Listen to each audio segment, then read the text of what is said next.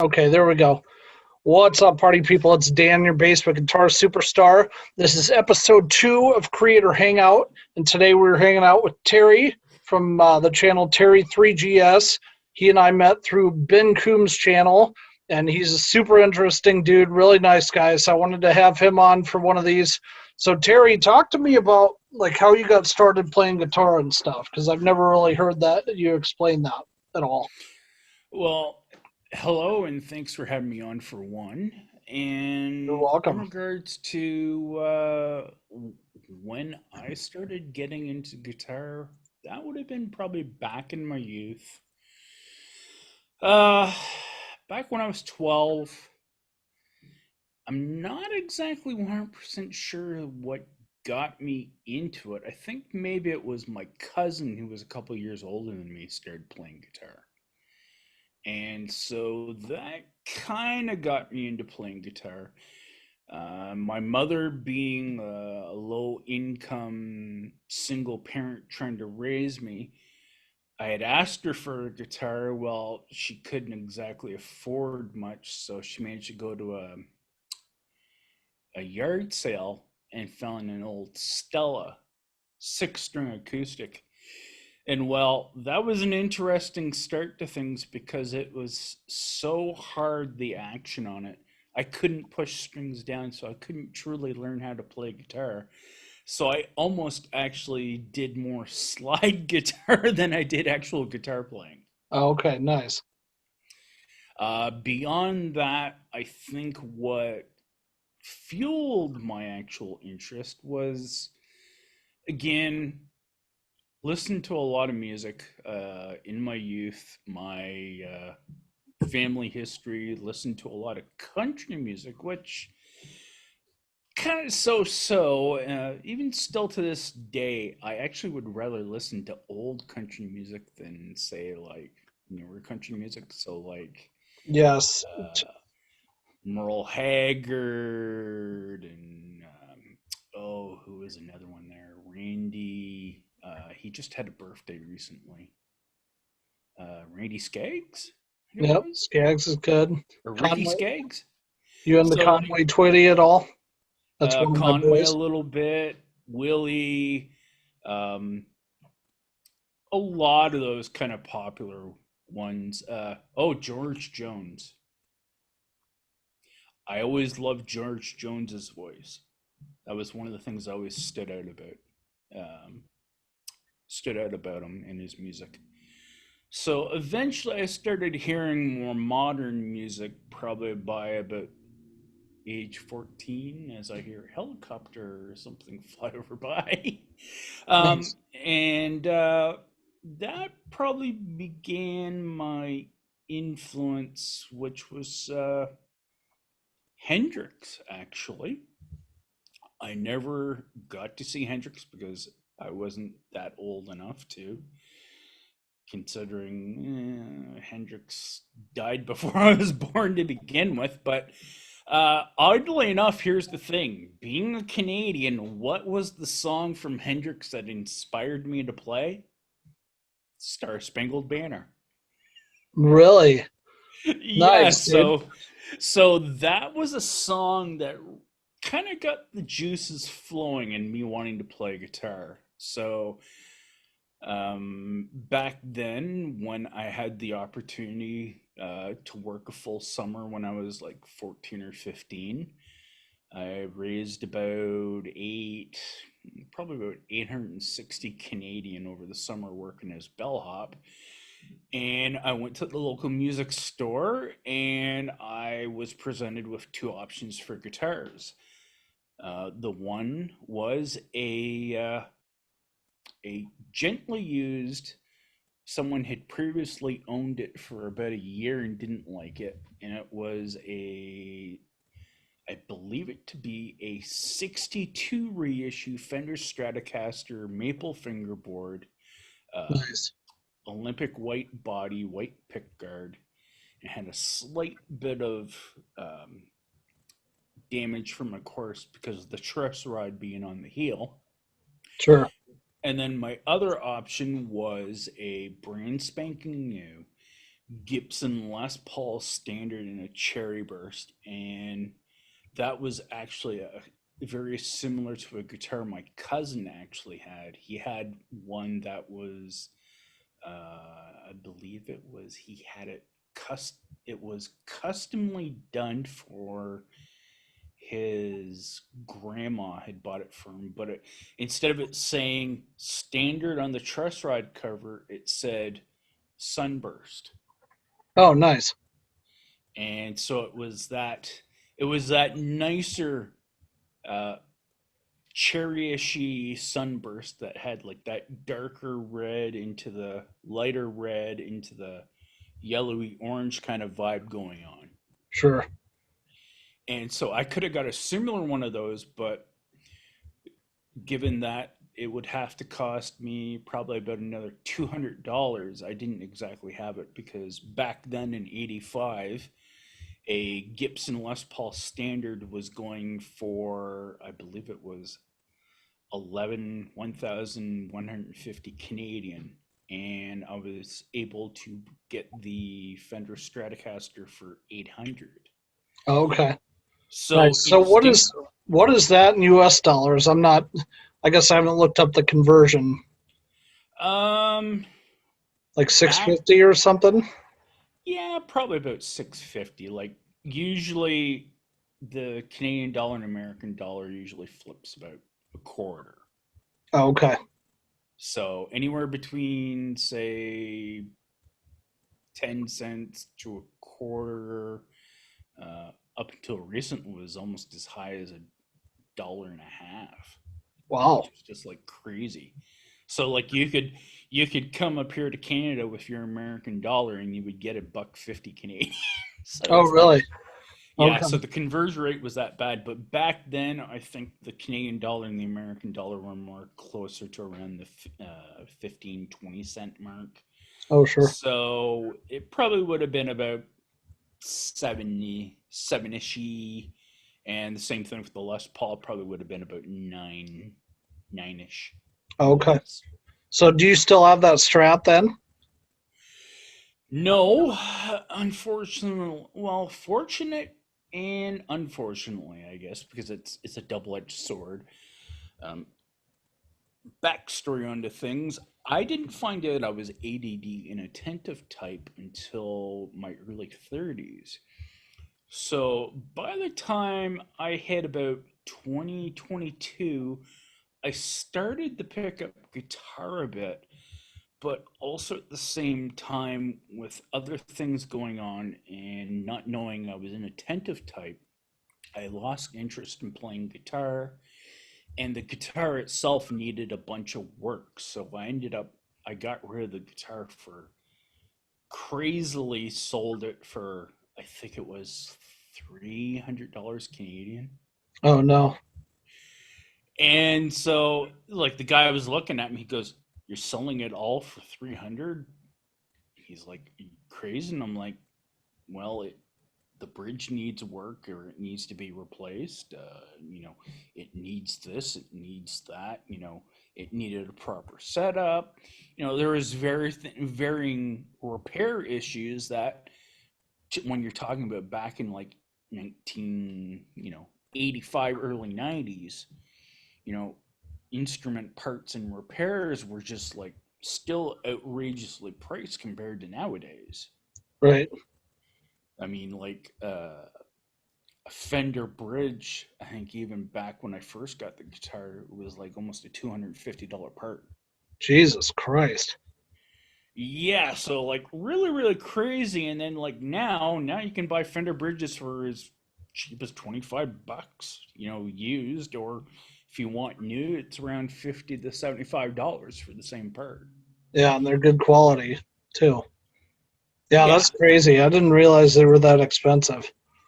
yeah, that's why like back in the day, like some of the people like Steve from Boston and so forth that are very similar, close to my age, which is like your late 40s, early 50s. You remember the 80s, and the 80s were a terrible time for like especially affordable guitars. Yeah. Like guitar repair was already bad enough as it was, but like Squire series back then was just garbage. Terrible tuners, cheap crappy metal in the bridges. More than likely 99.9% of the time you're going to be out of tune. Even though the rest of the guitar itself actually might have been decent, like the body and the neck might have been fine, but the hardware itself to keep everything in tune and the pickups would be kind of here nor there compared to They'd the be rest. sus. Yeah, so you might as well just buy a Fender at that point with the money you're gonna have to put in to make them playable. Yeah. So getting back to what you asked, I lost interest because of not knowing about the ADD and attentive type. So probably around the early 90s, I sold the guitar. And even though over that time, uh, I lost the interest in playing the guitar, it still kind of was sitting there in the back of my head. Like I would go to like people's places, somebody would have an acoustic guitar lying around. I'd still pick it up, still try to play, and then it came to basically around the time of my YouTube channel in around 2009. I'd gotten a Nintendo Wii, and so I started playing Guitar Hero on the Wii. Nice. So I'm like playing like Paranoid and that, and I'm mashing away on the buttons and the flipper and everything else. And it's like at the end of the day, the realization came that's like, I can't be expressive. I don't feel like I'm actually playing, and I'm getting this really hard desire to play guitar again. So I turned around. I still kept the Wii, but I went around and looked on the local Kijiji classifieds. Found somebody selling a cheap guitar, and I started back up with. Or no, actually, I bought a Behringer beginner um, Stratocaster beginner guitar kit. So it had a little V-tone amp, and it had the Stratocaster pickup and everything else, and started from there, back Nice. playing, and been playing off and on since, or more so, I would say, this last like probably 6 years or so. I think I've been more intensely playing as well as gotten better compared to like say back in the start of like 2010. Sure. So how long ago did you start the channel then? I started the account 2009. I started actually utilizing and posting a little bit more, I would say, about the middle of 2010. Okay. And started a few videos. And then by the time I would say 2011, I kind of started getting involved with the YouTube guitar community a bit more. And so I started posting a little bit more content and a little bit more of like, some of the stuff that I was learning or recapturing since starting back playing. Awesome. So yeah, your channel's grown pretty decent. It looks like. Those guitars behind you, to your right, my left. Tell me about what you got on the stands there. Obviously, one of them's that Starcaster you had, right? That you just Yep. got. Yeah, I have this brand new Starcaster that I still have the tag on. Nice. Uh, that as my one friend Tiny Dragon said, stop being a mini pearl, having the Huh. tag on Nice. it or something. So this has been interesting. I've had the wide range humbuckers before in 2012 Classic Vibe Tele Deluxe. So I kind of have some experience, but these are a new revision of them. and so I've actually found that they are improved. But it's interesting because this is probably the first guitar that I never would have thought of getting in the way of a semi hollow with this pickup configuration. I would have probably gotten a Tele thin line Oh, sure. uh, with a very similar, like semi hollow body configuration, except just more of a, it's more Tele style. So far, the bit that I've been playing to this, I've liked it. Like, uh, I'm paying 560 Canadian, but you can find this at like Sweetwater for like 3.99. Right. So it's a good deal. That is 3.99 US, not Okay. not Canadian. And for those of you watching, I'll post that just for the hell of it. I'll post that conversion table in the description of the video so y'all know how that works. Yeah, as the saying goes, Google is your friend. Yes, it is very much so. It can also be your worst enemy too, though, because I found some really interesting crap on Google that I've gone down the rabbit hole on before and wasted hours and hours of time on it. So, Yes, there are very many different topics and subjects that you can do so on, whether it be musical instrument related, gaming, computer, social. You know, it's like you said, all it takes is that little spark in your head to go start looking for the information, and next thing you know, 3 hours flies by, and you're like, "Oh crap!" It's like, "Oh, it's this time." oh yeah. So what else is on that stand back there? Is one of them that Harley Benton Les Paul you had? Is that black one? Well, actually, it's technically the gold top. Oh, okay. Um, if I can get it to come off here properly. So, yes, originally, like this is all the original back of the guitar. This is all the original finish of the Harley Benton guitar. But the difference was I am not a fan of gold tops. As much as a lot of people are fanaticals about gold tops, especially when it comes to like a P90 configuration guitar, I like black for some reason. So I've always been a fan of like say like the 1955 Les Paul custom, like Les Paul used back in the day with the P90s. So what I did was I took it upon myself, took back the gold top finish, smoothed it out as best as possible, and I took a can of Rust-Oleum two time painter's touch and just went at it and made it a black top. Oh wow. So you did all that yourself then? Yep.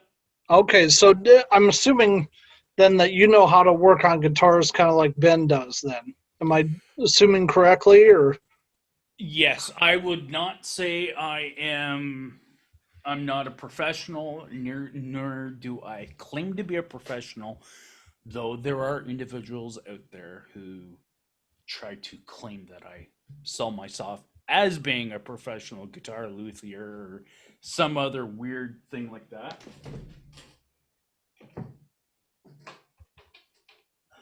But if you go back on my channel, let's see. Oh, probably around 2012 or so, you see that I start getting into tinkering with guitar stuff. So that's probably the nicest way to put it is tinkering, because a lot of people they hate the idea of rewiring, uh, refinishing, Right. because again, um, if you go back to I believe, like I said, 2012, you'll have in my back videos my little epic tale of a really nice 1995 Fender Stratocaster and Black Squire series that I unfortunately killed refinishing. Oh shoot. Yeah, so at the same time, it was a really nice instrument. How I made it come out actually wasn't too bad, but at the end of the day, and this is one of the things I always say to myself, when you get that urge to want to tinker or tweak or more so refinish something, it can be a very bad thing. I ended Right. up, especially in the case of that guitar, I totally took the finish off of it. I thought that I actually was like, because there was stories back in the day, and the stories are still out there on the internet about they used to actually have American bodies underneath the 1995 Made in Mexico Squire Series Hmm. Fender stuff. Uh, but in my case, I got all the finish off. I got the sealer off, and all I seen was like, I guess like what is it they call it now? Like a veneer or something they put on it. So I'm like, oh, I'll get rid of that. So I took the veneer off, and I took the veneer off the front and the back. Oh shit. Yeah, not good. So what I ended up discovering then, though, was that the guitar was basically seven pieces of poplar. Meanwhile, there had been stories that it was like two or three pieces of Adler or Alder, however you pronounce it. Right. So that was the hope. And then so I took it to that extreme. And then it was like, oh, well, I lost a lot of integrity of the guitar. But in the end, I did like this black salmon wipe on water based wood dye. So I did it black, and then I did Birchwood Casey uh, True Oil Okay. as a sealer over that, and it gave it this really really sharp looking finish, and it made the grains in it and the lines in it really pop nicely. And so, but unfortunately, I wasn't happy with it. I wasn't happy with how the neck was, and you get going with the sandpaper, and next thing you know, the neck's like super thin, and you're almost to the point where it's like, okay, have I truly destroyed and ruined this instrument or not? Right. I got rid of it to a friend for like dirt cheap, but I did keep the pickguard and the electronics in it, which I transferred out into a, I believe it was a 2009 Squire Classic Vibe Gen 1 60s Nice. Stratocaster. So, and that was getting back to like that thing. The Classic Vibe 60s or Classic Vibe series, the Gen 1 stuff. It was Excuse me. so amazing because it was, you know, up here in Canada, it was a $300 to $500 instrument, and the reality is they were so close to a regular Fender Stratocaster that it was like you could take most of your made in Mexico parts and slap it onto a classic vibe. And so in turn you could upgrade them so they'd be kind of a middle ground between a classic vibe and a made in Mexico Fender. Right. Dude, and And now like the made in Mexico stuff is so good that I I honestly can't tell the difference anymore. yeah, that's the At least, but I'm not digging under the hood either. Right. yeah, and that's just the big thing. Like that's what happens. That's what's happening with a lot of the brands. You know, again, you know, Gibson, the controversy of Gibson, and like it's like I said, Gibson's known reputation. People called the Norland era, which I think ran up until 80, was I think from 69 to, I believe, 82. And they said all those guitars are garbage. But meanwhile, compared to some of the stuff that Gibson put out between, say, around 89 until maybe this last year and a bit, a lot of that 70s Norland era stuff actually has better quality than a lot of the current Gibson stuff. Right.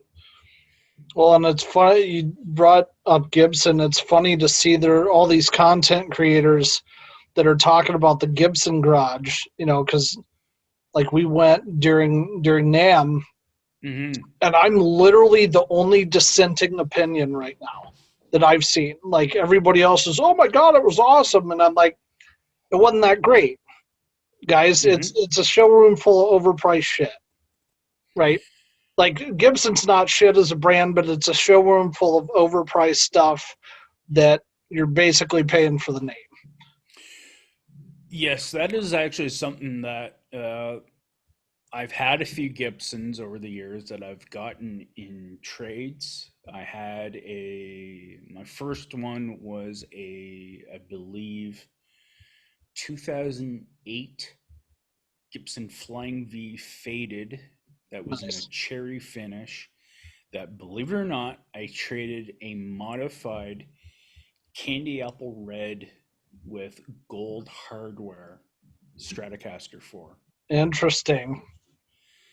And that was a big, when you talk about reactions on my channel, that was a very big one that I had people totally blown away with, because it was like people were like going, how the hell did you just trade a Fender Stratocaster for a Gibson Flying Me? Right. And it's like, and it was simply a matter of, the person at the time that had the V, their son didn't like it. He didn't like it. And he was a big Stratocaster nut. So, in turn, it was like, here's this cool candy apple red Stratocaster. It's got gold hardware, upgraded bridge, locking tuners, Right. as Ben would say. And, so then it's like, okay, well, I don't value this much, but I will. So it was basically a 1-for-1 deal. And basically, I would say at the time, I would have valued the Strat, which I'd also thrown some guitar fetish Hendrix EXP pickups into. So it kind of didn't sound too bad. Well, sounded pretty good. It had some Hendrix-esque kind of vibe going on to it. But the guy played it, and it was like literally, he only like strummed it 3 times, and he's like, done. Nice. So, and then again, so I had the shocking factor of that. And then again, further in like what I was talking about with my refinishing, as you go back into my back videos, you can see I actually hated the cherry finish on it. Really. Yeah. So I was like, you know what? I've screwed around with refinishing enough. And the little bit that I've seen on YouTube, you know, and some information out there from Googling, I went about getting that cherry off of that guitar. And what a mess that was. A lacquer warning to anyone out there. Lacquer is not a nice thing to play around with. Yeah. Well, nitrocellulose lacquer. What I did come to find out after refinishing a second Gibson now, the best thing to use to actually get rid of it is actually paint stripper. Really. Hmm. The only times you have to be careful though is when it's around the binding, because the paint stripper will melt the binding. Oh shit. So you really have to be careful of that. I take it you The found that out the hard way, right? On the second instrument, on the first instrument, actually, I used not isopropylene. I used acetate, Oh, okay. and acetate took it off. but it was a slow, messy process to strip it back. So with that, I got the cherry nitrocellulose off of it, and I then proceeded to use the same salmon wipe on water black dye over the body. And unfortunately, I didn't get all of the nitrocellulose off. So I'm looking at it, and if you see some of the photos, I think I have some of the photos up on the channel. You can see it's all beautiful black all over the body, all up the neck and everything else. And I was like, oh, looks awesome. So then I go, and for some reason I gave it a wipe or something. And next thing you know, there's the black dye starting to come off. And I'm like, what the hell's going on here? So that's when I came to the conclusion that it was okay, I didn't take enough of the finish off for to get all the dye onto it. So it ended up going then from an all black V to a black V that had some of the mahogany coming out to have this relic-y kind of played vibe to it Nice. without it doing too much damage to the guitar. So it didn't So turn out too bad then. no. So what was it? The next things I did to that guitar was I and this was the other thing again, kind of in that whole vein with the Gibson thing. It's like anyone who does anything to a Gibson, it's like you've committed a sin. Oh God, yeah. So what did I do? One of the first things I did, I actually put a roller bridge on instead of the tune-o-matic bridge. Sure. And to me, that was actually a big thing because it added it added not only stability in the tuning, but also added sustain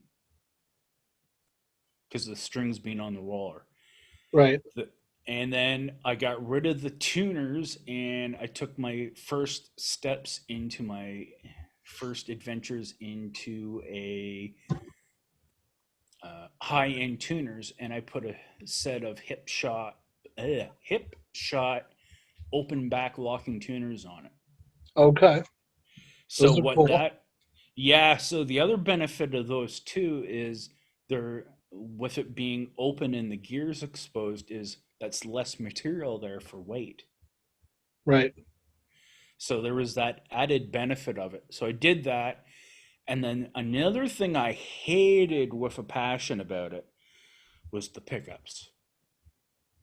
It had the 490 in the neck, and it had the 500T in the bridge. Did it come stock like that, or somebody mod it before you got it? No, that's actually how they came stock back in the day. Oh, okay. Was they had the stock 490s in the neck and the 500T in the bridge, and they did that across a lot of the faded series in that 2008 range in those years.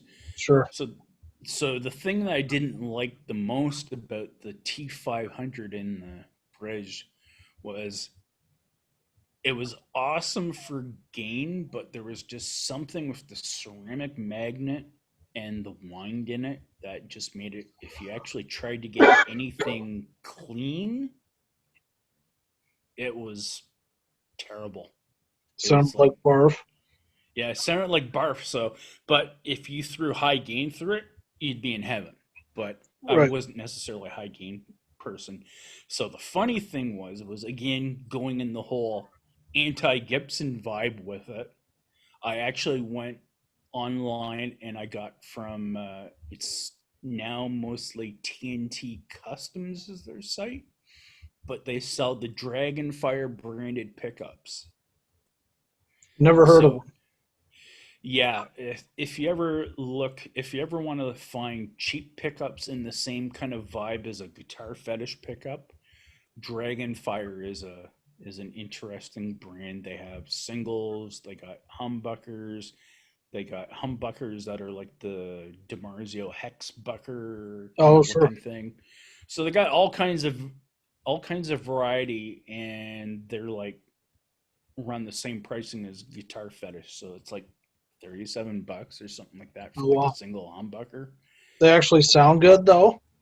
Um, Here's what I did. I went and I got a set of their Oh, excuse me. of no problem. I got a set of their vintagers, which was Alnico 5 based kind of 50s PAF esque kind of pickups. So I put that in on the original white pick guard, and then I actually upgraded the three knobs to like classic kind of witch top hat style knobs. Did new pots, the new pickups, clear coated, of course. I believe I did go tongue oil, or sorry, true oil on the V. And then that was it. And then I showed it off, and everybody was like, wow. And then so the reaction when I refinished it was, I had half the people like going, wow, I love the way that looks now. And then, of course, I had the other half, of course, the people like, oh my God, I can't believe you did that to a Gibson. Yeah, the Gibson snobs or elitists or whatever. Yeah. Yeah. So they were like having a fit. And then they were like, why would you take pickups out? So then I did my playing demo, showing off the sound of the pickups and that. And a lot of people were like going, I like the sound of those pickups and that. And I said, exactly. I said it's a more balanced guitar that you can do, clean stuff. You can also do metal, and you could use the full spectrum. Right. Whereas before, with how it was stock, you almost pretty much were stuck in kind of like the harder rock kind of genre of music, and you could hardly do anything otherwise with it. So, I'll have to look those up. Send me a link for those, would you? The Dragonfire ones. I'll put them in the description if people want to check them out. oh, the Dragonfire website, Yeah. yeah, Yep. I can do that. So then that was the first Gibson. The second Gibson I got was, oddly enough, I traded the same Flying V that I refinished for an '09 SG Special. So I liked that guitar. That guitar had an overall nice look, except it had a brown finish to it. I did not like the brown on it.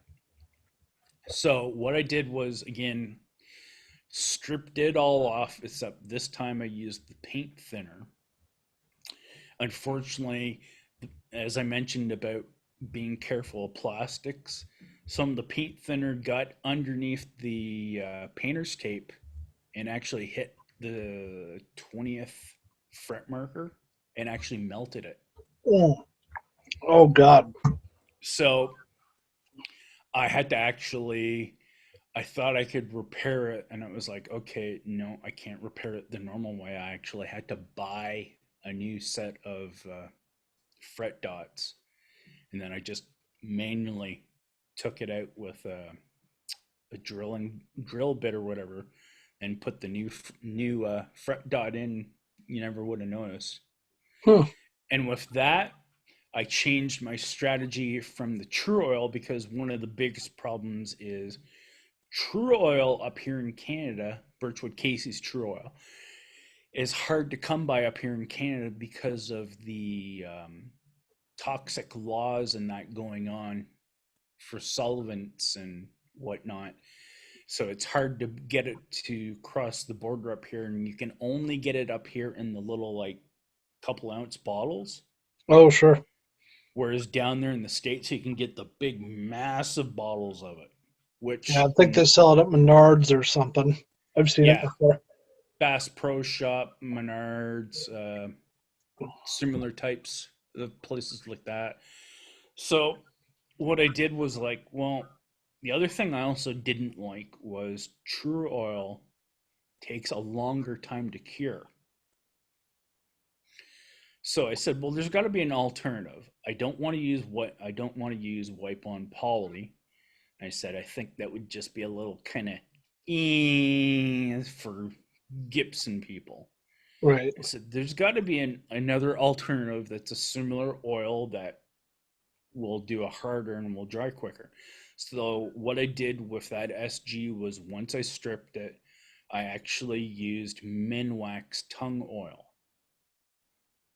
Hmm. And so it was just a tongue oil sealed natural mahogany That's cool. SG. Yeah, again, it's up on the channel as well too, and that actually got a lot more. That actually got a better, more positive reaction from people than the Flying V. Yeah. So, getting back to the whole Gibson thing, my friend's got a really nice R8 Maple Burst custom shop LP standard. It's nice. He's also got a really nice. He's got a really nice 335. So I've gotten to play some nice stuff that he has. I don't want to go into too many details because he doesn't want that type of information Right. shared, even though. But so I've got to play around on some Gibson stuff over the years, and it's like, to me, I think the biggest thing, like when like you said, the biggest inherent problem is Gibson sees themselves too much as a premium brand. Like that same Gibson Les Paul that I was looking at back in '85 was, like I said, 1,150 Canadian. They might have been able to give it to me for 1,100 Right. because I'd been around for a while.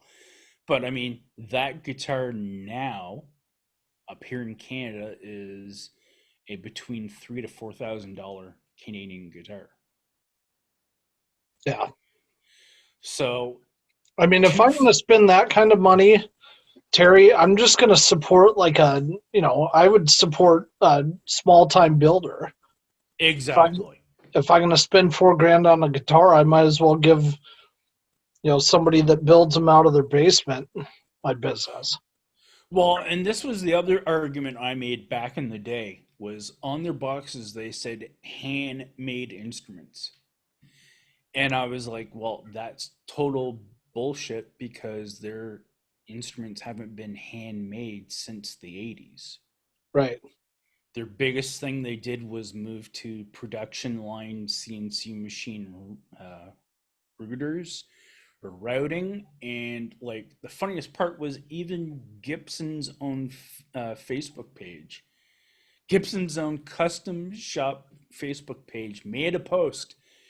Here's one of our Gibson custom headstocks being ran on the CNC machine. So it's like, how dare you say that your instruments are all handmade when here's even yourselves showing one of your parts to your guitar, like being done not by hand, but Right. by a CNC machine.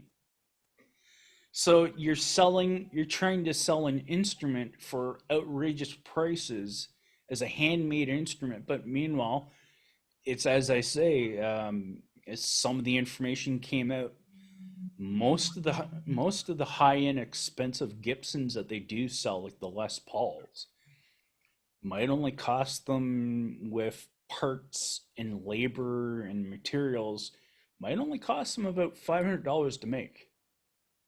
Well, and Terry, like, I don't want people to think that I'm bashing Gibson. Like, I get it. I understand their legacy. I Yeah. respect the heck out of it. But, I mean, realistically, I'm not a professional musician, and they had a booth at NAMM. And, like, every booth you went to at NAMM, they were giving away a ton of free shit, right? Like, free hats, free T-shirts. You go to the Gibson Garage, every single T-shirt there's $45, and they have a booth at NAMM, and it's like not all of them, but the majority of them. I think the Yeah. cheapest one I saw was 25, and it was like a children's extra small or something. And it's like you can't. I mean, during NAMM when people are getting a ton of free shit, like if I get a picture on the Gibson Guitar Throne, I should get at least a T-shirt for that, you know. So it's kind of the pretentiousness of the brand that turns me off a little bit too. And like I could say this stuff because I'm never going to be a big enough channel that Gibson's going to be like, oh, we should sponsor Dan Hopper and give him a guitar. Yeah. And even if they did, I probably wouldn't want that. I'm happy with my vintage V100. I think it sounds just as good, personally. But Yeah. Like, and that's just it. So, I mean, it's kind of like, I guess, along the lines of like what we're kind of saying, like the legacy behind the instruments, the models that they have. That's not so much the point of the disagreement or not liking them. It's more of the company side of it. You know, it's kind of like I said, a Les Paul standard back in the day was about $1,200. Most people could afford $1,200. Now, when you're selling an instrument that you make for cheap, as it is, it's no longer handmade. It's CNC generated for the most part, and you're still trying to charge $3,000 to $4,000 for it. Well, it doesn't make the consumer able to buy it. Like, and that's my mindset as well too. Is more as I've been saying over my few live streams lately, and as I've said in the past, I'm more of the pro consumer. right. So I mean, that's why, like I said, back in the day, I'd bought an Agile AL 3010, and that guitar to me was just as good as a Gibson, even though it didn't have the Gibson name on the headstock or the same headstock shape. But every single other aspect of that guitar was no different to me than any other like Gibson Les Paul standards I'd tried in the past. Right. And I only paid at that point in time back in 2012, I think it was 560 Canadian from at the time from Rondo Music. Yeah. Now their prices are a little bit up.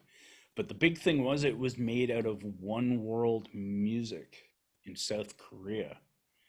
And that's basically, it's one of those places that is almost like Samick, is almost like a Samick factory, which is like foreign, it's a foreign place, but they have the CNC machining, but also at the same time, they do have people there that actually are working on instruments by hand.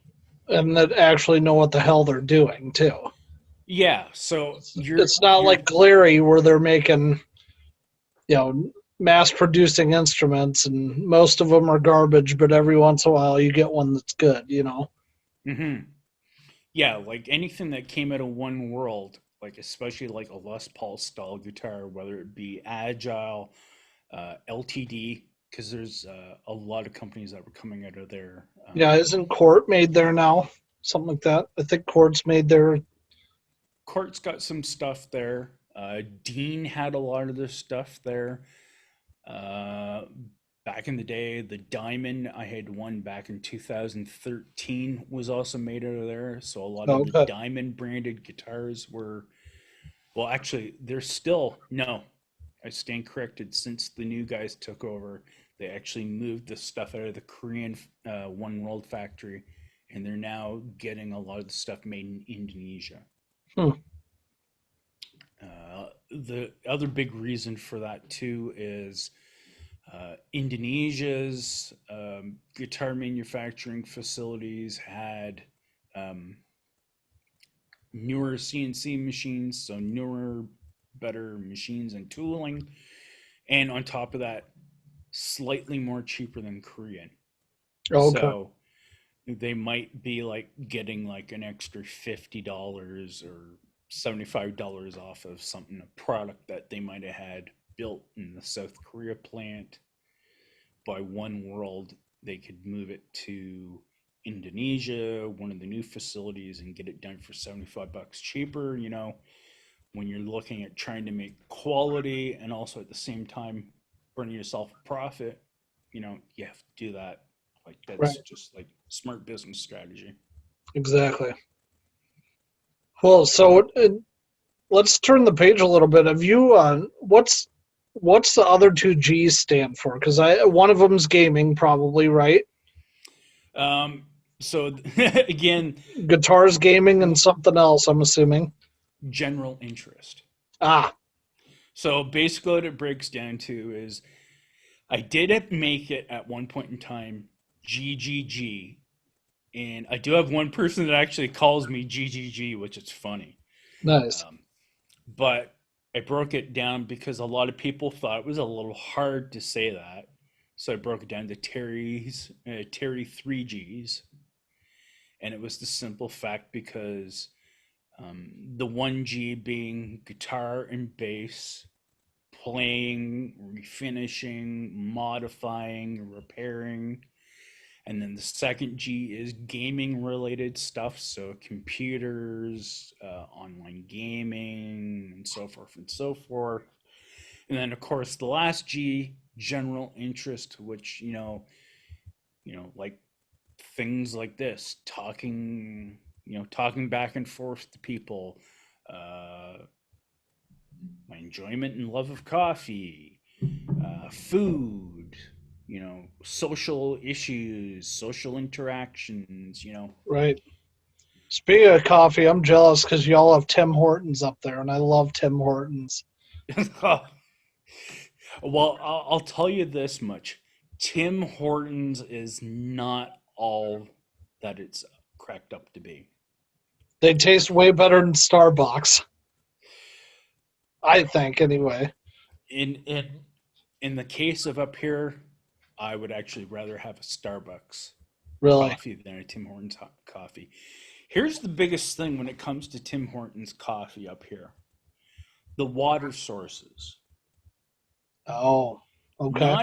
Not everywhere across, like in where I am here in Ontario, not every Tim Hortons has access to perfect water.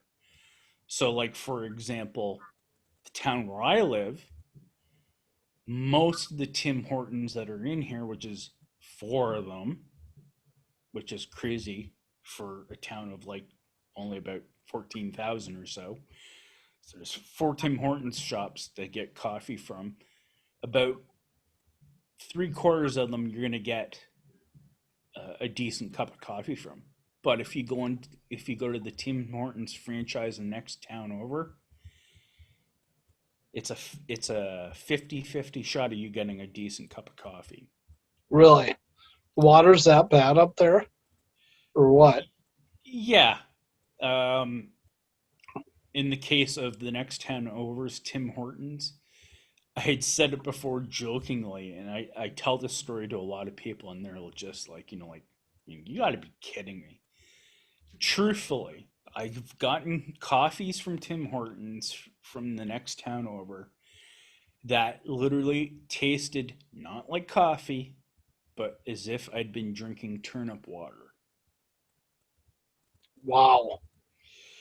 Yeah, so you can imagine if you were like all like, oh, I so want a Tim Hortons coffee, and you go and you finally go into a place and you walk and you get your coffee, and it doesn't taste like coffee for whatever reason. It's like it's really irritating, and then especially with the price. Sure. Um, the so yeah, so luckily enough, where I live actually is rated as one of the best places for water in all of Ontario. We have a very high positive water rating, whereas the next town over, actually does have like nice like arc wells that have like Okay.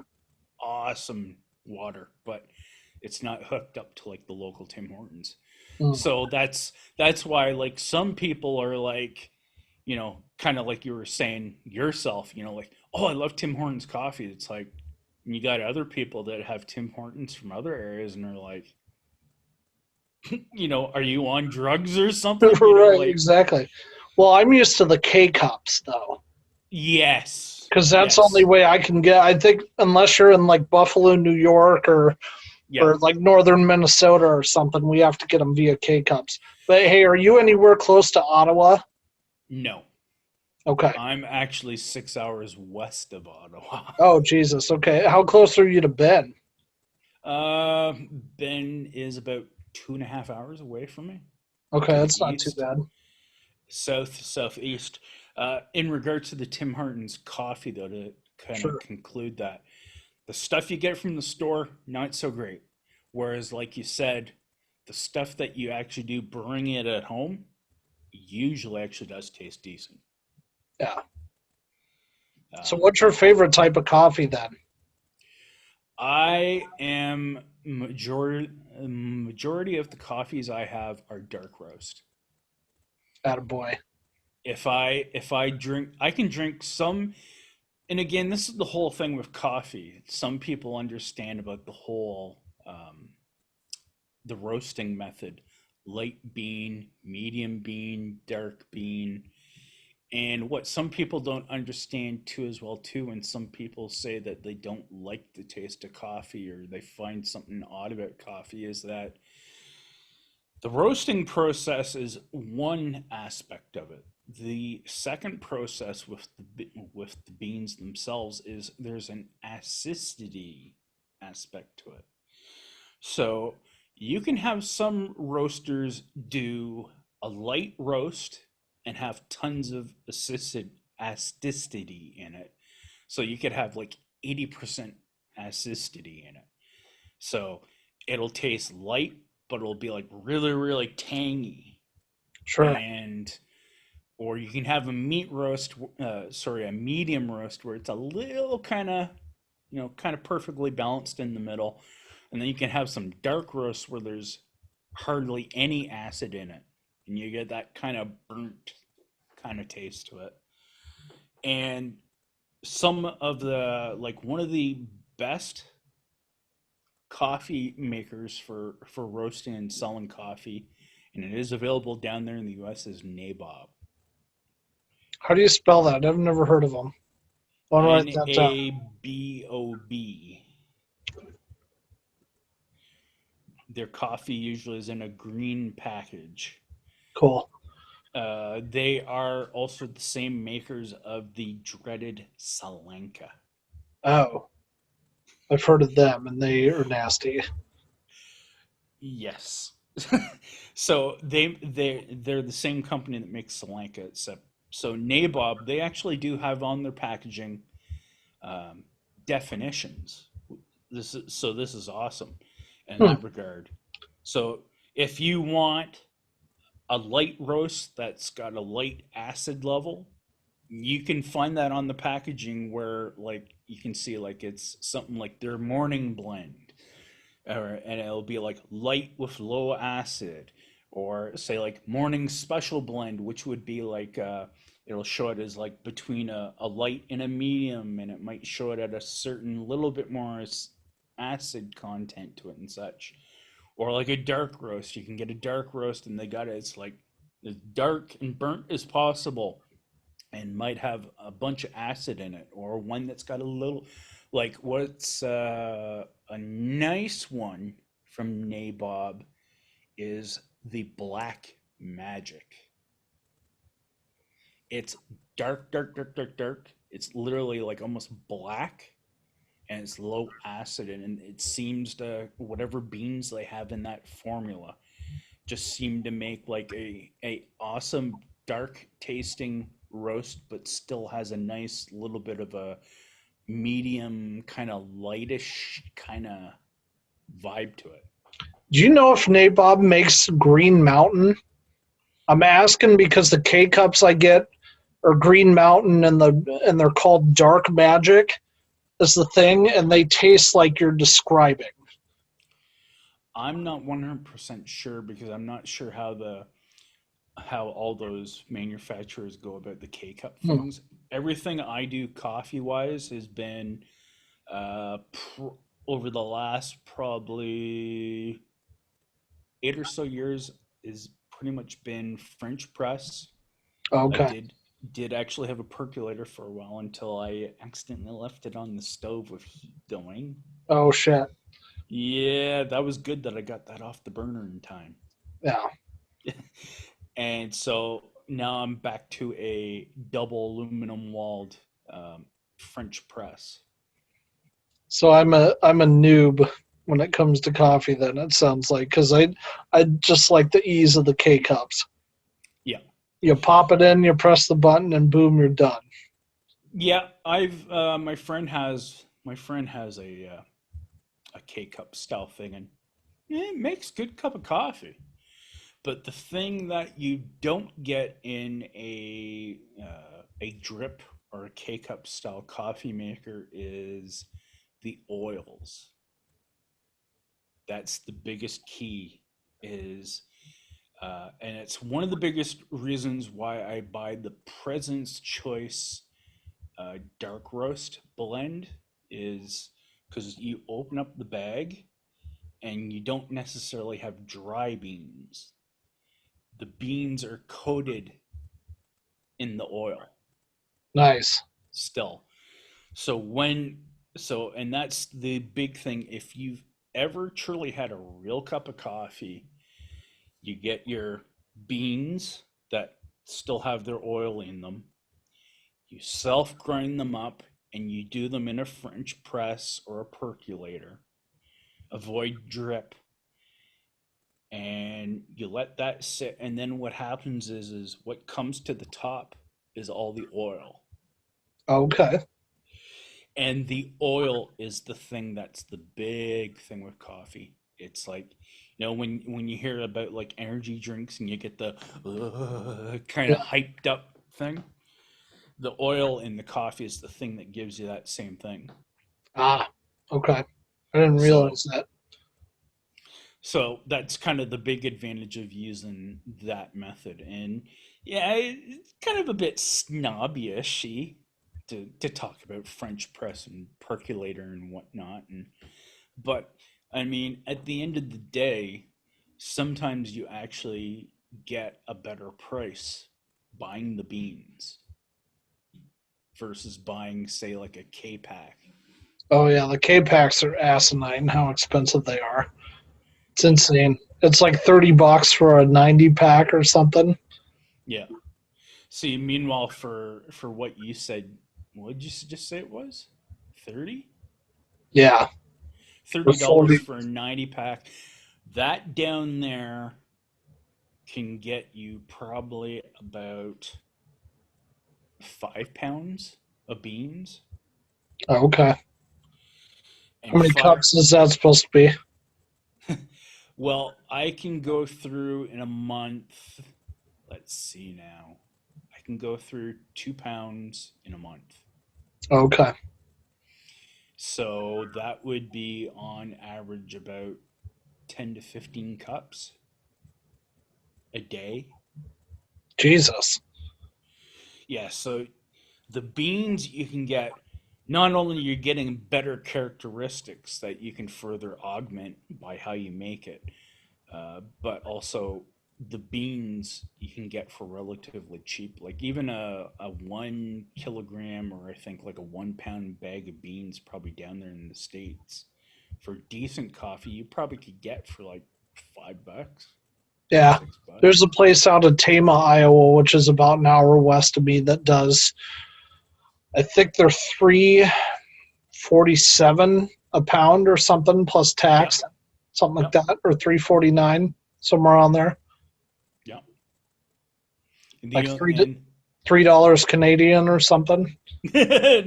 no, that'd probably be about $5 or $6, which would be Oh, about five or right six for bucks us. Canadian. That's right. But either way, that's about what it could cost you going to an independent roaster Right.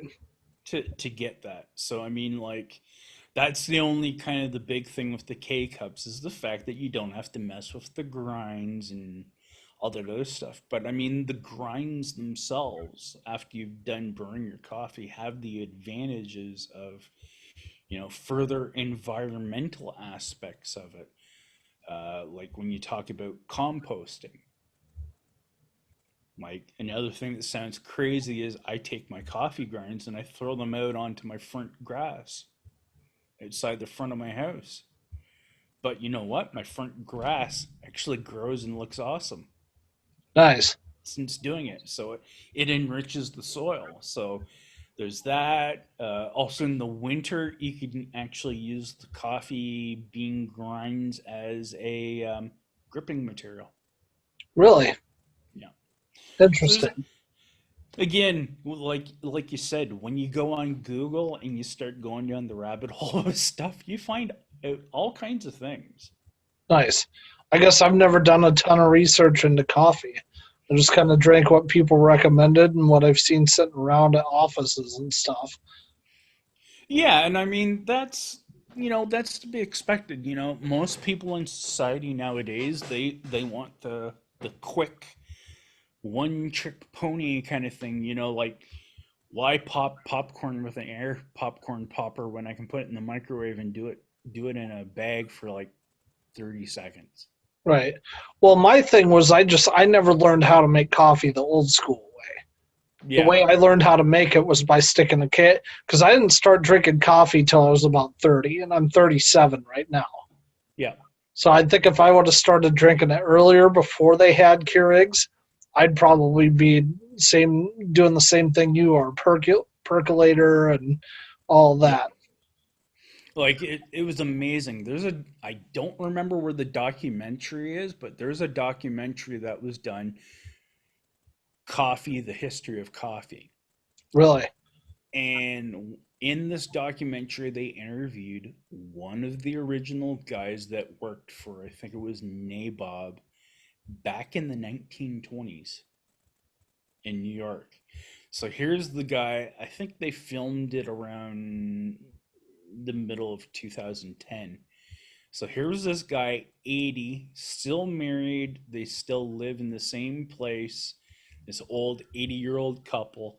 And every morning he still gets up with his roaster, pulls the beans out of the roaster, this little roaster unit that he's got, and he still grinds and makes his coffee every day Wow.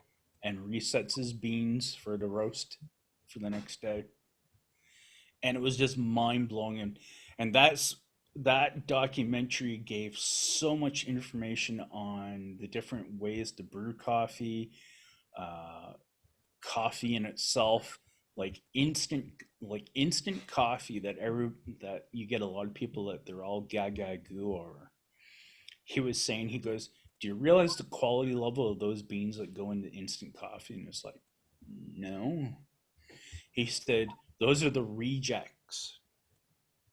So, like on a grading system, A being the best type of bean and a D being the lowest level and worst type of bean.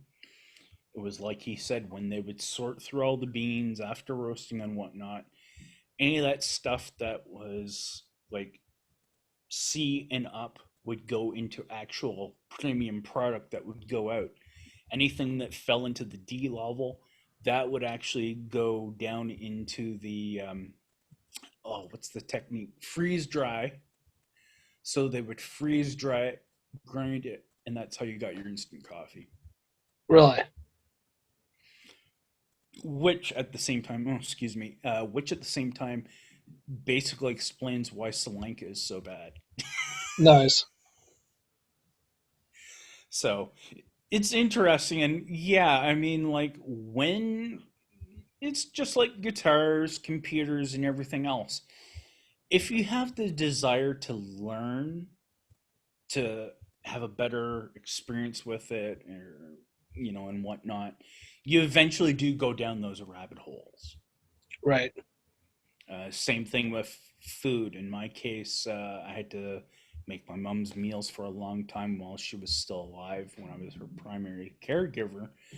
But even back before that, I had a general interest in cooking, which kind of runs in my family. All the males in my family are all relatively good cooks, but I would watch the Food Network like crazy.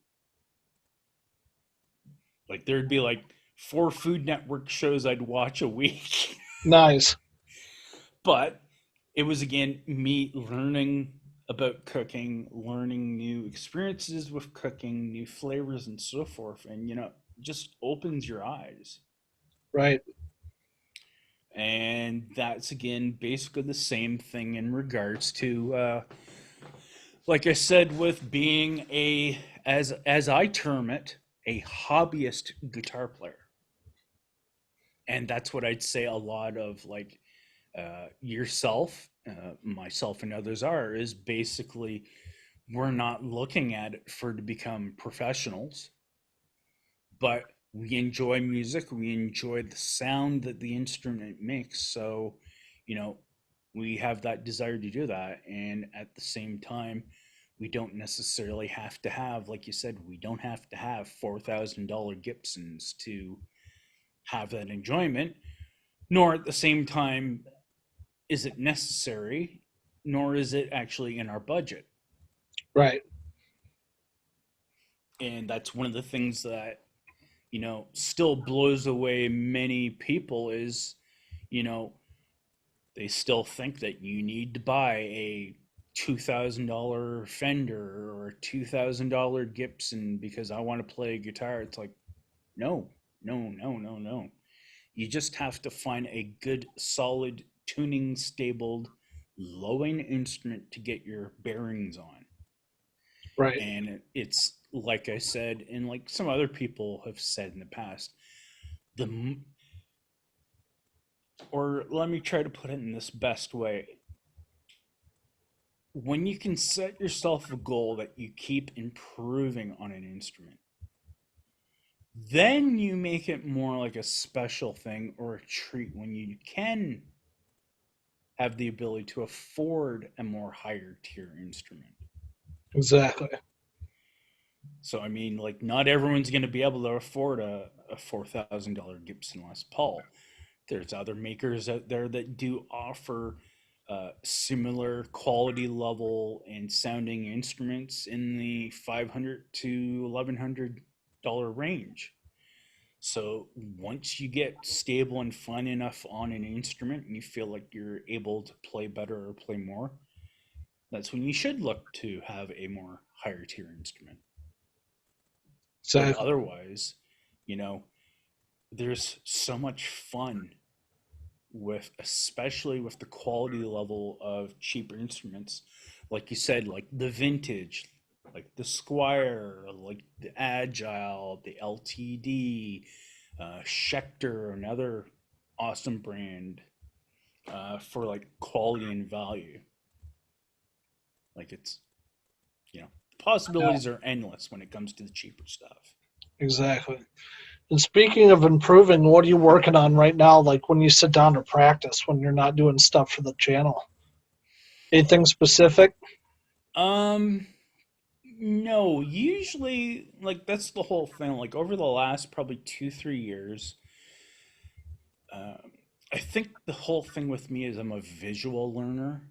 So I watch a lot of YouTube videos where it's like, people show how to play certain things. So I pick it up visually in that regards. And something that I've found that with time and with practice, if you put it in there, eventually you get to the point where it's like it just comes out of you. I've said this numerous times to my friend, and there's numerous. I've said it to Ben, and I've said it to other people as well too, where it's like you know, this thing here that I just played, like this little bit of like Led Zeppelin. I don't know how it came out of me, but it did. Is it's just unexplainable, and I think that's another big key to not only visualizing and learning visually, but your ear. Your ears really are a big training aspect of it, and Right. when you can train your ear to pick up things, like I noticed that a lot, probably about 7 or 8 years ago. The more I could sense it, and I'm not necessarily sure if it's music or if it might even be like a gaming aspect of it, because when you play something like first person shooters, you're shooting guns, or uh, these type of strategy games where it's like survival aspects that you got to sneak around here, or and you're listening for stuff. And I think that also helps with things a bit too, and being able to pick Sure. up stuff. So I think that comes into play as well a lot too. Um, do I sit down and try to learn stuff? Sometimes I do. It just depends on how my mood is. Again, with being an attentive type, it definitely can affect my motivation and my willingness to want to do something. Uh, I also have a touch of depression that also doesn't help things either. So I can kind of be blah. It's kind of a here nor there thing. But for the most part, one of the biggest things that I do recommend to people, and I actually invested in Robert Baker, who I was his first moderator. He now has other people doing the moderating for him most of the time, but uh, that was talking about moderating messes and live stream messes in regards to YouTube. When Robert Baker first was starting to do his live streams, I came into it and was like, like, hey, Robert Baker, he's really cool. He's a cool player. And the whole side chat was just scrolling. And it was just nonsense. It was people like promoting their channels and just putting in types of text. And I was like, like, Robert, dude, you need to make me a moderator because your side chat's a mess. So he's like, he knew me enough from, I guess, seeing me from Steve from Boston and whatnot. He was like, okay, dude, here you go. And he gave me the moderator. As soon as he made me a moderator, that channel speed sped down in half. Wow. And it was like, okay, yeah, you stop doing this, you stop doing this, you stop doing this. And it's like, that's the bad thing with being a moderator is, there's a lot of people that are anti-control, like, you don't tell me what to do, blah blah blah blah blah. And it's like, well, if someone doesn't tell you what to do, then the channel isn't going to be around for long because of how you're running the channel with your interaction with it. So once I kind of put parameters in kind of place and gave people ideals, it helped a lot. And like, for example, you look at channels like Steve from Boston, the majority of the users that are in his side chat are people that are respectable to each other. They're respectable to Steve. They don't make a lot of drama or controversial comments. So his chats go nice and smooth. The people in his chats interact, which is also another positive thing. Right. And also at the same time, it allows him to follow his chat, and he doesn't have to go through a whole bunch of text walls trying to see like, oh, is this person saying something to me? Or, he doesn't have to do that. He can focus more on the show. Right. And No, still get moderating makes sense, man, because like I get smaller guys wanting to promote their channel, but I'm not going to do that shit. And like Steve from I'm not going to go on Robert Baker's and be like, hey, come watch my channel or whatever. Yep. It's just something you don't do. Right? Yes, that's as the term is called, netiquette. They call it. You don't go into people's streams and try to self-promote and say, hey, this is my channel. Come look at my channel. Unless you actually know the person and they've given you permission. Right. Then that's one thing. And that's one of the things that I've done over the years where it's like, I give the person the warning. It's like, hey, don't be self-promoting. The channel owner doesn't know you, so, don't do that. And it's like, give them their warning. And if they do it again, then maybe time them out. Or if, again, another big classic one is, the big F you don't tell me what to do thing, then, it's not 1, 2, 3 strikes. It's your third strike and you're out. Right. Exactly. So speaking of YouTube, what's kind of been your biggest headache or biggest frustration trying to grow your channel? Well, the problem is again, for to be successful on YouTube, as I've seen over the years, through various focuses channel, is you have to primarily focus your channel on being one thing. So if you do pedal reviews, that's all you do. If you do guitar demos, that's all you do. If you do amp demos, that's all you do. People that stray, or like in the case of like myself, where I've basically made a generalized channel, usually have a harder time to build.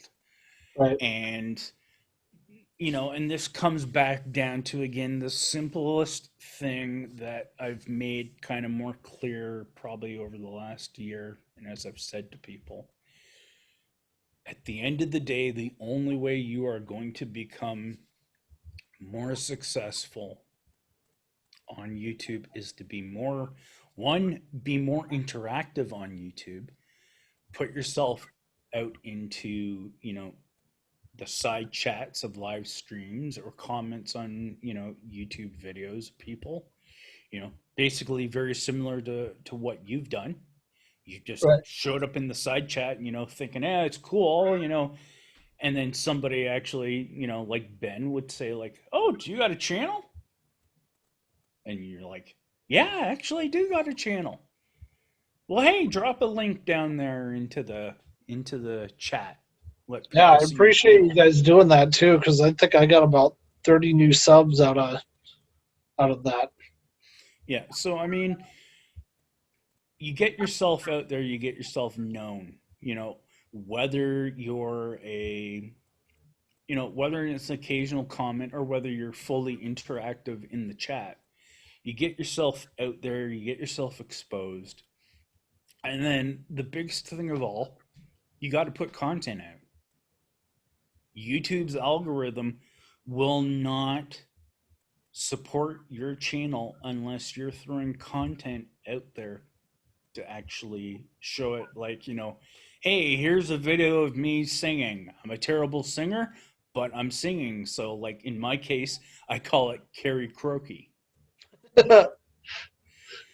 So I know some people actually like my voice and like my singing, and then I got a bunch of people that also hate my singing. So, you know, but again, if I don't put it out there, the YouTube algorithm will run and it'll be like, okay, well, who's doing karaoke? Well, this isn't called karaoke, but it's called karaoke, so it's similar. So, maybe an individual will actually be interested in this. So the more you can put the content out, the more you can tag your content properly, and most of all, the exposure. The Right. one big, like, Ben's done a few things to get to where he is. One of the biggest things has been taking that leap of faith and not being afraid to make that first step. For example, when he got his channel going and he got it up, he wanted to do live streaming because he was following a guy named Johnny Bean. So Johnny Bean made the suggestion that, oh, you need to do a channel, or you need to do a live stream and you need to have a guest. And he's like, oh, okay then. So like he started following Henning Pauly. So just on a lark, he said to Henning Pauly, he said, hey Henning, I'm going to be doing my first live stream for my YouTube channel. Would you or could you be my first guest? And Henning in the comments was like, sure. What time? So Ben was like, okay. So he gave him a time. And he's like, okay, I'll be there.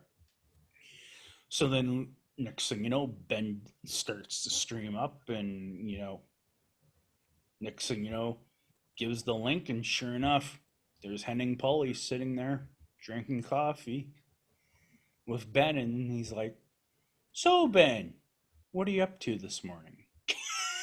Like just so unreal. And there's Ben like, still kind of in shock that he actually had Henning Pauly as his guest on his first stream. Right. You know, it's kind of like that saying, like, sometimes you can't be shy about things. If you don't make a comment or you don't make a little bit of assertion, sometimes nothing won't happen. Well, the way I look at it, because I don't know if you know this about me, Terry. I'm a insurance agent with farmers. I think maybe you were Yes. on that episode where I talked about that. Yeah. And the one thing I always tell my salespeople is if you don't ask, the answer is always going to be no, right? Correct. So ask. I mean, the worst, if somebody tells you to fuck off, just move on to the next one, you know? Yep. Exactly. You can't make everyone happy.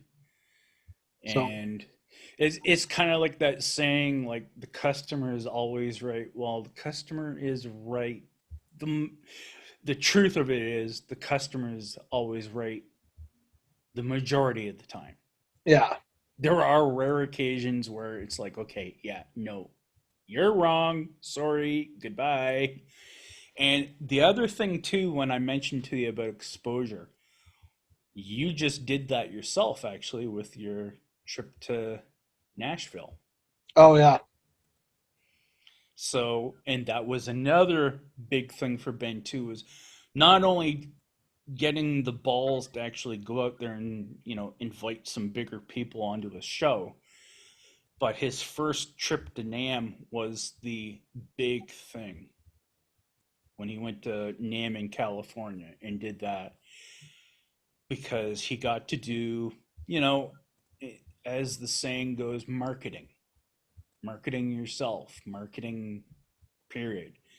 Exposure and marketing are your keys in that regard to making you right. successful. Again, that and having a focused channel. Like in my case, my channel is still relatively small because um, you know I've got multiple topics spread across it, so I can't necessarily focus, or I'm not necessarily focused on one individual.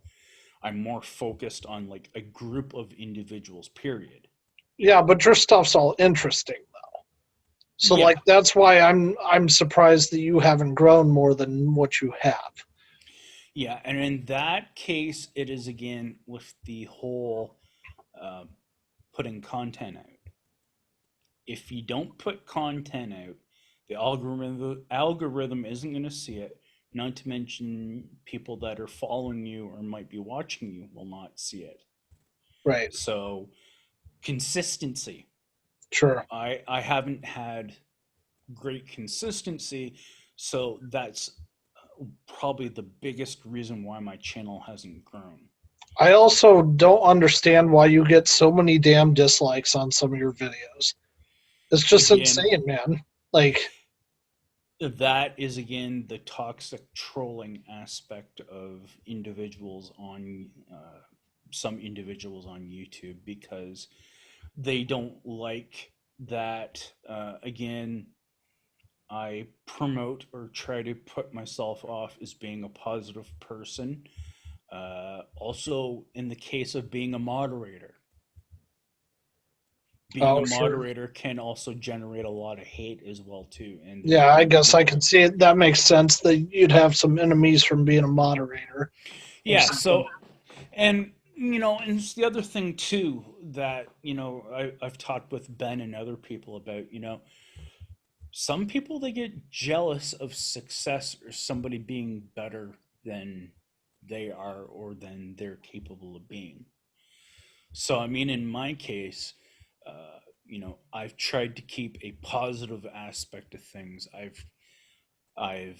So any type of negative or criticisms, I usually have a tendency to ignore, and I've learned over the years to really take with a grain of salt compared to like years ago. I really would have let it affect me. Right. And so that's another big aspect. And when people try to be that way with you and they find that they can't, it frustrates them and it further eggs them on to try to do more Right. negative towards you. like with the thumbing down aspect. And the other thing with the thumbing down aspect, that I mean, also can, it improves your algorithm still because you're still getting touches. yeah, you're still getting some form of interaction, you know. And I even made a video and I said to the, you know, I've said to trolls, I said, you really want to affect people the right way, stop watching their stuff, stop thumbing down their stuff, because all you're doing is telling, you know, YouTube that, hey, it's another view, hey, it's another interaction. You know, you're encouraging YouTube to keep, you know, going to the person. Right. But, you know, hey, they don't listen to me because, you know, I'm Mr. Know-it-all. That's the other thing as well too. People hate know-it-alls. See, you've never come off like that to me. That's just it.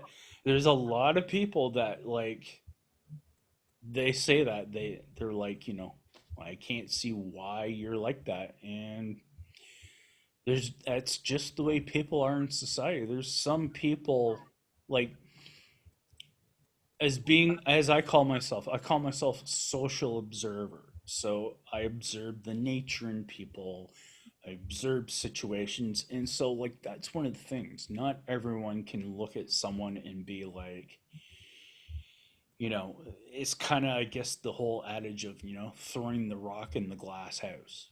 Right. So I mean, they can they can have all the bad attributes or even worse attributes than you, and you could just be one certain little thing, and like, oh, you're the enemy or you're the worst, but meanwhile they're like 3 or 4 times worse than you. Right. So um and I even said so in a video in the past when I had the stress of dealing with when my mother was dying for like the previous 7 years up until 2019 when she did finally pass on. Sorry to hear that, by the way. Yeah, thank you. You know, I was the only I was the only prominent caregiver, and so when you're the only person that's caring for somebody, that's a lot of stress, and that can make you change as a person or be different as a person. And that was one of the things that happened, was that as much as people were sad that my mom passed away, there was a lot of people that were happy because they instantly seen a change in me for the good, and they seen that I wasn't being so I didn't have so much pressure. I wasn't being as intense to react to certain things. So like, same thing as like a moderator. Some people would say, we're trying to say like that I was trying to get on everyone's channel to be the top moderator. Another crazy thing was because I was mentioning about how major corporations or companies pay for moderators in their text chats and their supports and whatnot, or if they have like a chat room set up in their business. Well, a lot of these places they pay for someone to do the moderating. Well, of course, some of these, you know, strange individuals, they would be like saying like, oh, see, he's trying to say that he should be getting paid to be a moderator. And it's like, in some instances, maybe I should, but you know, in most instances, most people on YouTube usually voluntarily moderate. Right. So, I mean, it's nice when, you know, you can compensate your moderators with, like, you know, maybe you throw them a few bucks here, maybe you give them a guitar pedal, maybe you do, you know, you do something of a small gesture nature, you know, as a thank you for doing so. But I mean, most of the people that moderate, at least the ones that are of any type of serious nature, they do it because, you know, like in my case, I want to help people. You know, like I said, when I went into Robert Baker's side chat on his first live stream, and it was just chaos, people spamming promoting their channel, and saying racist remarks and everything else. It was like, he doesn't need that, and not only just am I thinking about the channel owner, but also I'm thinking about the people in the side chat. People Right. in the side chat don't want to see that garbage. So it's why, like I say, in a lot of ways, people wouldn't like that I was people. I would say probably about 3 4 years ago or so. People wouldn't like that I was outspoken and I was pointing out things about certain individuals or certain situations. But to me, in my mind, I did so because I wanted it for the betterment of the YouTube guitar community and the Right. community as a whole. Not for like my personal vendetta or vengeance because somebody did me wrong. Right. I guess So, my only frustration with YouTube recently, because now it seems like I'm starting to grow at a decent clip, has been like, and I'm not going to name any names, but you have these guitar channels that like did not go to NAM this summer mhm. that are like posting these huge long videos. Oh, is NAM dead? It's like, well, you weren't even there, dude. Like it it just it just kind of chaps my ass a little bit, I guess. And I get Well, it. I mean, they're looking for clicks and stuff, but it's like, I mean, can you really say NAM was dog shit if you weren't actually there? You know? yeah, you can't. And Yeah, that's the inherent problem. Like I said, I went rumbling around in the drama sphere side of YouTube, and that was semi eye opening in the way of how I seen how people would interact with each other. yeah. And I it mean, I'm was not like, going to say anything about it other than on here, but yeah, I just find it kind of interesting that, you know, yeah. I won't go any further with it because I don't want to piss anybody off. But well, here's the thing as well with me. I believe that if you're very honest, sincere, and humble, no matter what no matter what bad you do or something you might say that is wrong, um, to within certain reasons, most good people will be, forgiving and, you know, accept you for, maybe you said this comment or whatever. And then you got other people though that, like I said, the ones that look at you with, that don't like you, they'll unfortunately jump all over that comment and they will work that comment and use that as a negative against you for as long as you are existing on YouTube to try to force you off the platform. right, And so, like I said, you know, I have a lot of individuals, and I'll state again, some of them, well, I won't say some, I'll say probably the majority of them have some type of mental issue. So that partially factors into things. And then you have like, you know, maybe a small percentage of people where it's like they don't have a mental issue. They just don't get you or don't understand you. So right, that affects things. But, that's about basically all I can say is, uh, network, exposure, put out content, you know, be honest and sincere, and eventually your channel will grow. And just like you said, your channel has started to grow because you've done those things. right, It's just the thing you always have to remember is to, again, not to let the haters push you off of doing something or being a certain way, because the majority of the time, most of the people on YouTube are good people. At yeah, least, um, a lot of the folks around the YouTube guitar community, like especially like around Ben's circles, Steve from Boston's circles, they're good people with good morals and they will support people in that regard that have any issues. Right. Cool, man. So, on kind of a last note, what do you got coming up on the channel? Again, I think I'm gonna try to keep going with my live streaming like I've been doing in the mornings. Again, I keep saying, again, because of the things that I have going on with my ADD and everything else, I just keep having a hard time to keep putting content out. But I'm trying to put content out, and again, that's what I'm trying to do by these couple early morning streams that I've done about 2 hours.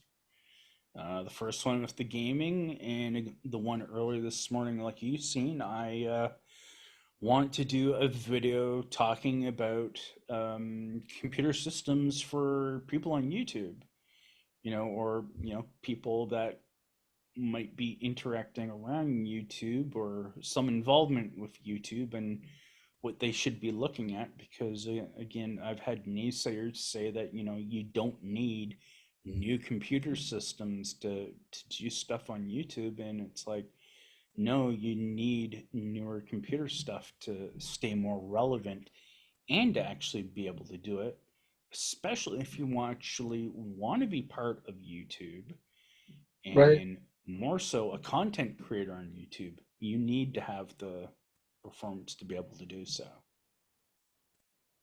Well, dude, your mics, since you got those new mics, your sound has been a lot better.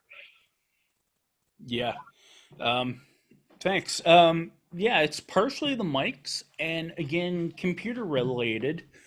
Um, I think the driver itself got a little bit of corruption going on because of age. Oh, okay. Okay, so in some instances,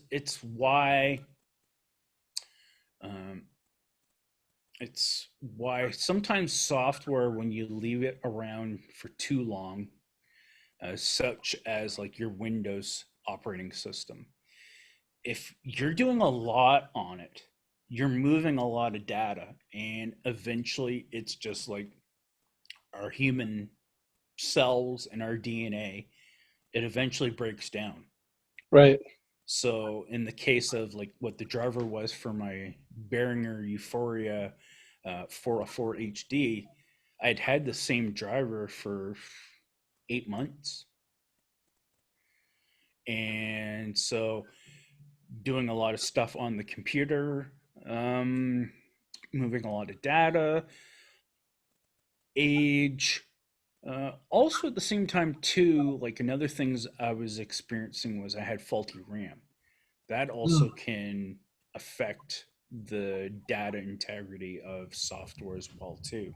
sure. So, in some of those instances, you simply have to uninstall it and reinstall it. In this case, though, it was a combination of not only just the newer mic, there was actually newer drivers for the DI unit that I have. Oh, okay.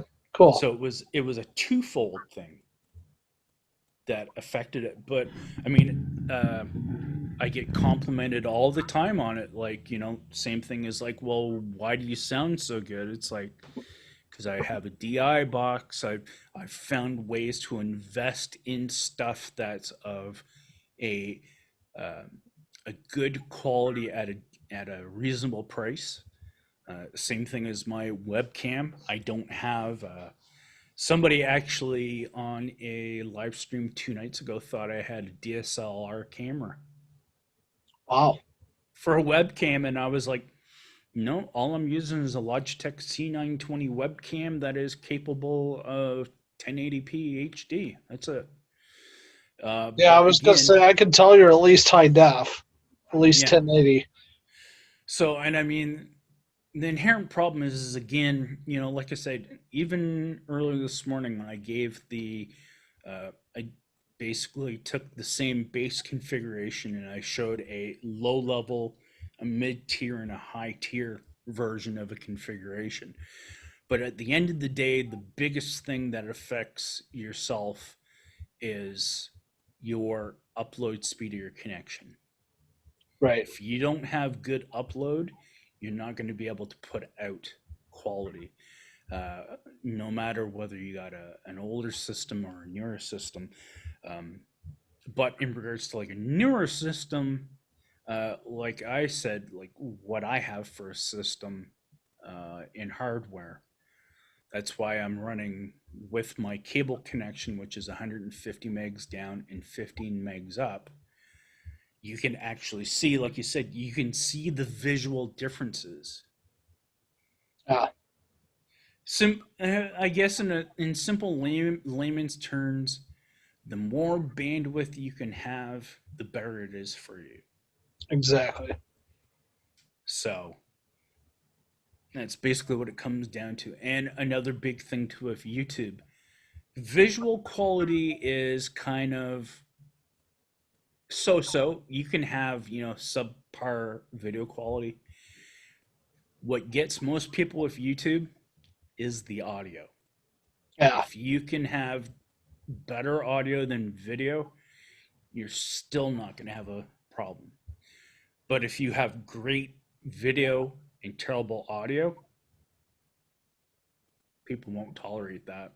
that was my problem up until about 3 months ago. I had a buddy that basically gave me his ProSonus audio box and a couple microphones he wasn't using, and all I had before was my shitty like Japanese knockoff GoPro microphone, and there was like this loud Yeah. the whole time. And so anyway, Terry, it's getting way past time I allotted for this, so I'm gonna let you go, but I appreciate you coming on with me, man. It's been fun. No, I had fun too. Thank you again for asking me on. It was awesome. I was looking forward to it, ever Yeah, since you me asked. too. Cool. And for those of you watching, as always, thank you so much for watching, and have fun playing. And I will post a link to Terry's channel in the chat below or in the description. Make sure you go like, subscribe, check out his content. And yeah, as always, guys, have fun playing.